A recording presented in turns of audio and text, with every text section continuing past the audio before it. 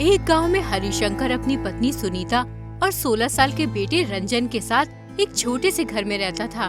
एक दिन सुनीता को बहुत तेज बुखार आया और बुखार की वजह से उसकी मृत्यु हो गई। इससे हरिशंकर को बहुत दुख हुआ और रंजन भी अपनी माँ के लिए दिन रात रोता रहा। एक दिन हरिशंकर अपने बेटे से बोला, बेटा, इस तरह रोने से काम नहीं चलेगा। जो ईश्वर को मंजूर था होना तो वही था। तुम्हारी माँ हमेशा तुम्हारी खुशी की कामना करती थी। सोचो अगर आज वो तुम्हें ऐसे देखती तो कितना बुरा लगता। वो भी चाहती कि तुम मुस्कुराते रहो, खुश रहो। जीवन में कठिन समय आते हैं जिन्हें हम समझ नहीं पाते, लेकिन हमें आगे बढ़ना होता है। वो तुम्हारे अंदर हमेशा जीवित रहेंगी। अपने गम को समेटकर उसकी यादों को प्यार से अपने दिल में बसाओ। हरिशंकर ने अपने बेटे रंजन को बहुत समझाया, लेकिन रंजन दिन रात अपनी माँ की याद में रोता रहता था।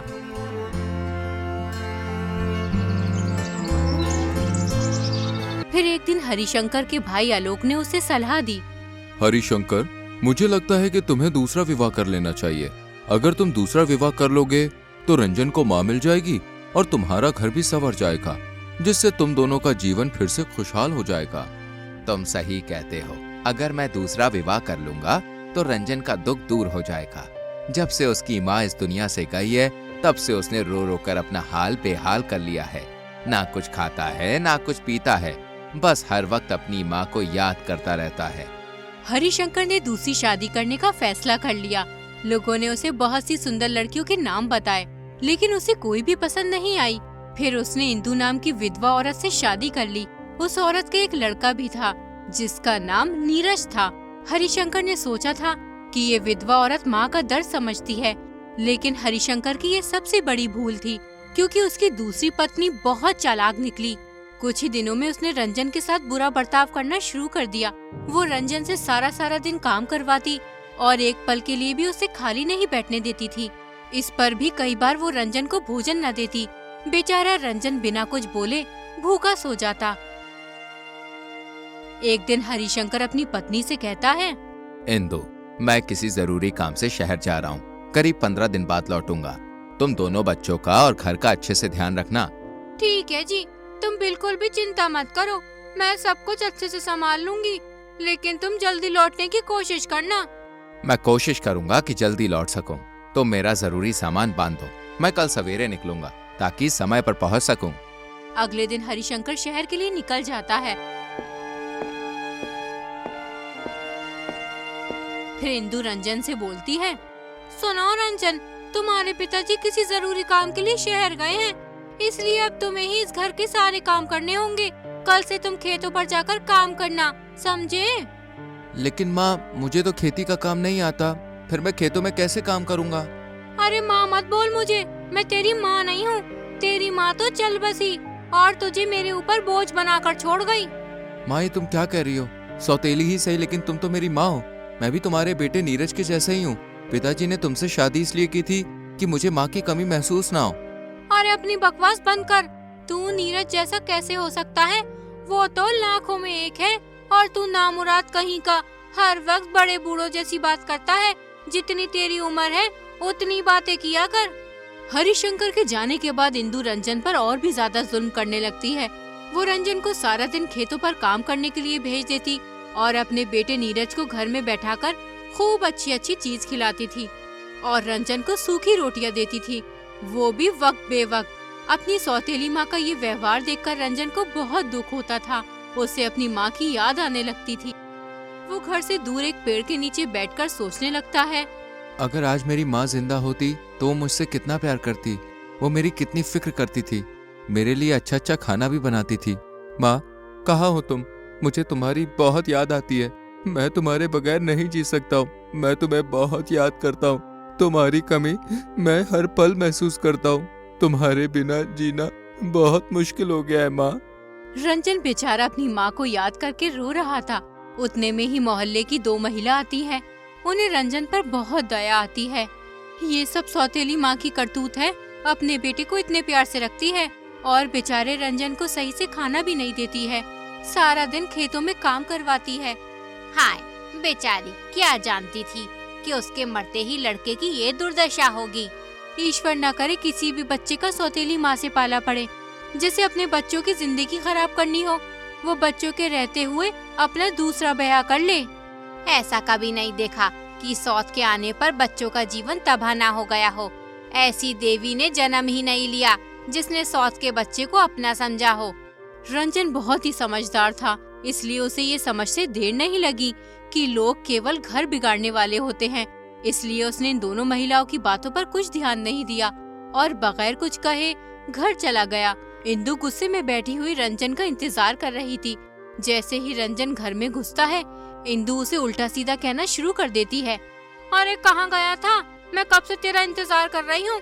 तुझे घर की कोई फिक्र है कि नहीं? सारा काम यूं ही पड़ा है।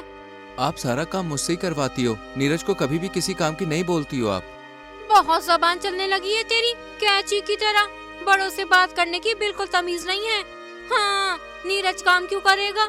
तू क्या आवारा फिरने को है? वो काम नहीं करेगा। मेरा बेटा पढ़ लिख कर कोई अच्छा काम करेगा, ये खेती बाड़ी नहीं करेगा, समझा? जा जाकर खेतों से जानवरों के लिए चारा लेकर आ। रंजन आंखों में आंसू भरकर चला जाता है। इंदु सोचने लगती है, और इस लड़के ने मेरी नाक में दम कर दिया है। अगर ये घर में रहा तो जमीन जायदाद का आधा हिस्सा इसे मिलेगा। एक काम करती हूँ, इस पर चोरी का इल्जाम लगा देती हूँ, फिर इसे घर से निकलवा दूंगी। अगले दिन इंदु अपनी बचपन की सहेली रूपाली को बुलाती है। इंदु रूपाली से कोई बात नहीं छुपाती थी, उससे अपने घर की सभी बात बता दिया करती थी। उसे रूपाली पर बहुत विश्वास था, इसलिए वो अपना और रंजन की माता का सारा सोना एक पोटली में बांधकर रूपाली को दे देती है और उससे कहती है, अरे रूपाली, मैं तुम पर बहुत विश्वास करती हूँ, इसलिए तुम्हें ये सोना रखने के लिए दे रही हूँ। तुम इसको संभाल कर रखना और जब मैं तुमसे मांगू तब मुझे वापस कर देना। तुम चिंता ना करो, मैं इसको संभाल कर रखूंगी। लेकिन तुम ये सोना मेरे पास क्यों रख रही हो? दरअसल मैं रंजन को घर से भगाना चाहती हूँ। अगर वो यहाँ रहेगा तो जमीन जायदाद का आधा हिस्सा उसे मिल जाएगा। मैं उस पर गहने चुराने का आरोप लगाऊंगी, फिर उसे घर से भगा दूंगी। लेकिन तुम ये सही नहीं कर रही हो इंदु। रंजन कितना मासूम है, बेचारा बिन माँ का बच्चा है, ये इल्जाम कैसे सहेगा? अभी तुम उसे जानती नहीं हो, बहुत चालू लड़का है। उससे बड़ा निकम्मा मैंने आज तक नहीं देखा। उसकी जबान कैंची की तरह चलती है और घर का कोई काम नहीं करता।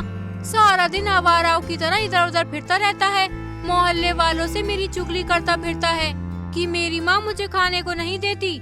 इंदु रूपाली को ये झूठी बात इसलिए बता रही होती है जिससे रूपाली उसके गहने रख ले। रूपाली सोने की पोटली लेकर अपने घर चली जाती है।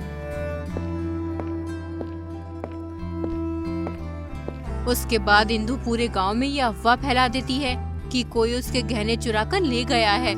इसलिए वो लोगों को दिखाने के लिए फूट फूट कर रोने लगती है। रोने की आवाज सुनकर गांव की 2 महिला और एक बुढ़िया उसके घर आती हैं। मेरी माँ ने कितनी मेहनत से पैसे इकट्ठे करके मेरे लिए गहने बनवाए थे। मैं उन गहनों को पहनकर कितना खुश होती थी। जब मैं उन्हें पहनकर कहीं जाती थी तो मेरे सारे दुख दूर हो जाते थे। अब मैं क्या करूँ? मेरा जी ऐसा चाहता है कि मैं कहीं जाकर मर जाऊं। अरे बहू, ऐसा नहीं कहा करते। तू उन गहनों के चक्कर में अपनी जान क्यों लेने पर तुली है? अगर तेरे नसीब में वो गहने होंगे तो तुझे जरूर मिल जाएंगे। अरे मुझे लगता है मेरे गहने रंजन ने चुरा लिए हैं। वो सुबह से घर भी नहीं आया है। अरे रंजन ऐसा नहीं है, पूरा गांव जानता है। उसके जैसा ईमानदार बालक कोई नहीं है। तू यूं किसी बेकसूर पर आरोप मत लगा। अरे आज रंजन के पिताजी भी आने वाले होंगे, मैं उन्हें क्या जवाब दूंगी? वो चोर उनकी पहली पत्नी के भी सारे गहने चुरा कर ले गया है। अरे पहले तू रोना धोना बंद कर, रो रो कर क्या हाल बना लिया है। जा कुछ खा पी ले, सुबह से रोने पर ही तुली हुई है। ईश्वर ने चाहा तो तेरे गहने मिल जाएंगे। यूं ही एक दिन गुजर जाता है। अगले दिन हरिशंकर आ जाता है। घर का सूनापन देखकर वो हैरान रह जाता है। वो इंदु से पूछता है, क्या हुआ इंदु, तुम इतनी उदास क्यों हो? तुम्हें तो मेरे आने पर खुश होना चाहिए, लेकिन तुम तो दुख मना रही हो। अरे किसी ने मेरे सारे गहने चुरा लिए और तुम्हारी पहली पत्नी के भी। हाँ? तुम ये क्या कह रही हो इंदु? ऐसा कैसे हो सकता है? हमारे घर में किसी की हिम्मत नहीं है घुसने की, फिर गहने कैसे चोरी हो सकते हैं? मैं भी यही सोच रही थी। मुझे लगता है किसी घर के ही इंसान ने वो गहने चुराए हैं। हमारे घर में ऐसा कोई नहीं है जो चोरी कर सके। तुम्हें किस पर शक है? देखो तुम मुझे गलत मत समझना, मुझे लगता है रंजन ने वो गहने चुराए हैं। रंजन ऐसा कभी नहीं कर सकता। वो बहुत समझदार और ईमानदार लड़का है। मैं ये कभी नहीं मान सकता हूँ कि रंजन चोर है। दरअसल कल रंजन मुझे उल्टा सीधा बोल रहा था, तो मैंने कह दिया तुम्हें बात करने की तमीज नहीं है, इसलिए वो मुझसे नाराज होकर चला गया। वो बच्चा है, ना समझ है, किसी बाहर वाले ने बहका दिया होगा, इसलिए उसने गहने चुरा लिए होंगे। तुम एक बार उससे पूछो तो सही। ठीक है, मैं अभी उसकी खबर लेता हूँ। हरिशंकर रंजन को बुलाता है और उससे कहता है, रंजन, ये क्या मजाक है? तुमने अपनी माँ के गहने चुरा लिए? तुम ऐसे तो ना थे। फिर मेरे जाने के बाद तुम्हें क्या हो गया है जो तुम चोरी करने पे उतर आए हो? पिताजी, मैं भला ऐसा क्यों करूँगा? मुझे क्या जरूरत पड़ी है कि मैं चोरी करूँ? तुम माँ के कहने पर मुझ पर शक क्यों कर रहे हो? मैं किसी के कहने पे शक नहीं कर रहा हूँ। मैं बस तुमसे पूछना चाहता था। मैं जानता हूँ कि तुम ऐसा कभी नहीं कर सकते हो। फिर हरिशंकर इंदु के पास जाकर कहता है, मुझे पुलिस को सूचना देनी होगी, लेकिन गहने मिलने की कोई उम्मीद नहीं है। जो चीज एक बार खो जाती है या चोरी हो जाती है, उसका मिलना बहुत मुश्किल है। पुलिस का नाम सुनकर इंदु बहुत घबरा जाती है और वो सोचने लगती है, अगर इन्होंने पुलिस को सूचना दे दी तो मेरा तो भांडा फूट जाएगा और फिर मैं किसी को मुंह दिखाने के लायक नहीं रहूंगी। अगर मुझे पता होता कि बात पुलिस तक पहुंच जाएगी तो मैं ऐसा कभी नहीं करती। मुझे कैसे भी करके हरिशंकर को पुलिस थाने जाने से रोकना ही होगा। तुम किस सोच में पड़ गई हो? मैं पुलिस को सूचना देने जा रहा हूँ। तुम अपना ख्याल रखना। मैं 1 घंटे में वापस आ जाऊंगा। अरे जब आप जानते ही हैं कि पुलिस को सूचना देने से गहने मिलने की कोई उम्मीद नहीं है, तो पुलिस के पास क्यों जा रहे हो? इतना बड़ा नुकसान हुआ है, चुपचाप भी तो नहीं बैठ सकता। उन गहनों को आज बनवाने जाओ तो 1000 से कम में नहीं बनेंगे। अरे तकदीर में होंगे तो मिल जाएंगे, नहीं तो जो ईश्वर की मर्जी वो सही। मैं तुम्हारे हाथ जोड़ती हूँ, अभी पुलिस थाने मत जाओ। हमें थोड़ा इंतजार करना चाहिए। अगर चोर कोई घर का निकला तो अनर्थ हो जाएगा। हमें पहले खुद तहकीकात करनी चाहिए। हरिशंकर इंदु की बात मान लेते हैं।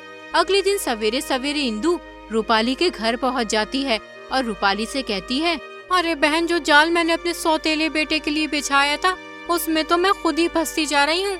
मैंने सोचा था चोरी का नाम सुनकर वो रंजन को घर से निकाल देंगे, लेकिन कोई रंजन को चोर मानने के लिए तैयार ही नहीं है।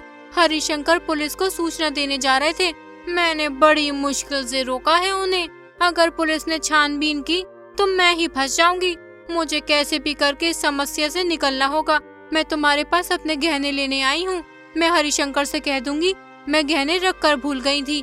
इस तरह इस समस्या का हल हो जाएगा। तुम किन गहनों की बात कर रही हो? तुमने मुझे गहने कब दिए थे और किसके सामने दिए थे? रूपाली की ये बात सुनकर इंदु के होश उड़ जाते हैं। इंदु समझ जाती है कि रूपाली गहने जब्त करना चाहती है। अरे बहन रूपाली, तुम क्या कह रही हो? मैंने तुम्हें अपने और रंजन की माँ के गहने संभाल के रखने के लिए दिए थे। तुम यहाँ से सीधी तरह जाती हो कि बुलाऊं तुम्हारे पति को? पूरा गांव जानता है तुम्हारे गहने किसी ने चुरा लिए हैं। अगर गांव वालों को तुम्हारी सच्चाई पता चल गई तो तुम किसी को मुंह दिखाने के लायक नहीं रहोगी। गांव में तुम्हारे पति की इज्जत खराब हो जाएगी।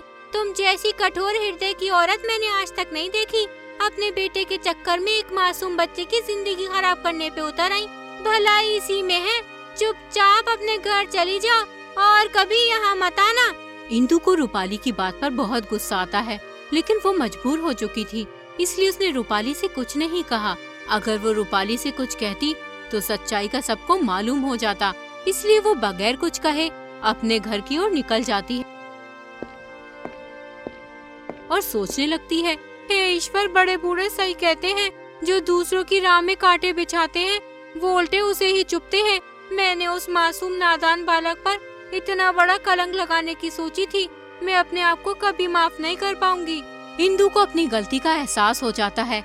उसके पास अब केवल एक ही रास्ता था, या तो चुप रहे या फिर हरिशंकर को सब कुछ सच सच बता दे और रूपाली से अपने गहने ले ले। इसलिए इंदु फैसला कर लेती है कि वो हरिशंकर को सब कुछ सच सच बता देगी। वो घर पहुंचकर हरिशंकर से कहती है, मैं आपसे एक बात करना चाहती हूँ। ये बात सुनकर शायद आप मुझे माफ ना कर सको और घर से निकाल दो, लेकिन मुझे कोई दुख ना होगा। मेरे जैसी महिला के साथ ऐसा ही होना चाहिए। इंदु, क्या हो गया है तुम्हें? तुम ये कैसी अजीबोगरीब बातें कर रही हो? दरअसल वो गहने किसी ने नहीं चुराए। वो मैंने अपनी सहेली रूपाली को दे दिए थे। मैंने सोचा कि रंजन पर चोरी का इल्जाम लगवाकर घर से निकलवा दूंगी। उसके बाद सारी जमीन जायदाद पर मेरे बेटे का हक होगा। मैंने उस मासूम पर बहुत जुल्म किया है। मैं माफी के लायक नहीं हूँ। इंदु, मुझे पहले से ही पता था कि गहने किसी ने नहीं चुराए। मैं तो बस तुम्हारे मुंह से सुनना चाहता था। रूपाली ने मुझे पहले ही सब बता दिया था कि तुमने किस तरह उसे गहने देकर रंजन पर चोरी का इल्जाम लगाया। लेकिन तुम एक बात भूल गई, मारने वाले से बड़ा बचाने वाला होता है। जो साजिश तुमने एक मासूम बच्चे के लिए रची थी, तुम ही उल्टा उसमें फंस गई। उतने में ही रूपाली गहने लेकर वहाँ आ जाती है और हरिशंकर को दे देती है। इंदु, तुम सोच रही होंगी कि मैंने तुम्हारे साथ ये क्यों किया, लेकिन मैं जानती हूँ कि मैंने सही किया। मैं बेमाँ के बच्चे पर अत्याचार होते नहीं देख सकती। तुम तो उस मासूम बच्चे की जान लेने पे उतारू थी। उस दिन जब मैंने तुम्हारी आंखों में वो अंधेरा देखा, मुझे एहसास हुआ कि तुम कितनी निर्दयी हो। मैं मानती हूँ मुझसे गलती हो गई। मैं माफी के लायक भी नहीं हूँ। मैं अब जीना नहीं चाहती। हरिशंकर, हो सके तो मुझे माफ कर दो। इंदु, तुम्हें अपनी गलती का एहसास हो गया, यही तुम्हारे लिए काफी है। इंसान को अपनी गलतियों से ही सीखने का अवसर मिलता है। हम सभी कभी न कभी गलतियां करते हैं, लेकिन उनसे सीखना और खुद को सुधारना सबसे महत्वपूर्ण है। इसलिए मैंने तुम्हें माफ किया, क्योंकि मैं जानता हूँ कि तुमने दिल से अपनी गलती को माना है। उसके बाद इंदु ने रंजन को कभी परेशान नहीं किया। वो रंजन का अपने बेटे की तरह ख्याल रखने लगी और फिर रंजन भी अपनी सौतेली माँ के साथ खुशी से रहने लगा।